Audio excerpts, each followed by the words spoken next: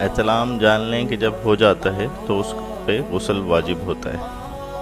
وضو کر کے سونا چاہیے۔ اگر آپ رات میں سو رہے ہیں اور سوتے میں احتلام ہو جائے تو آپ وضو کر کے سو سکتے ہیں، کپڑے دھو سکتے ہیں، پاک کر سکتے ہیں، اور اس کے بعد صبح اٹھ کے غسل کر لیں جو کہ واجب ہے۔ اس کے بعد ہی نماز وغیرہ ادا کی جا سکتی ہے۔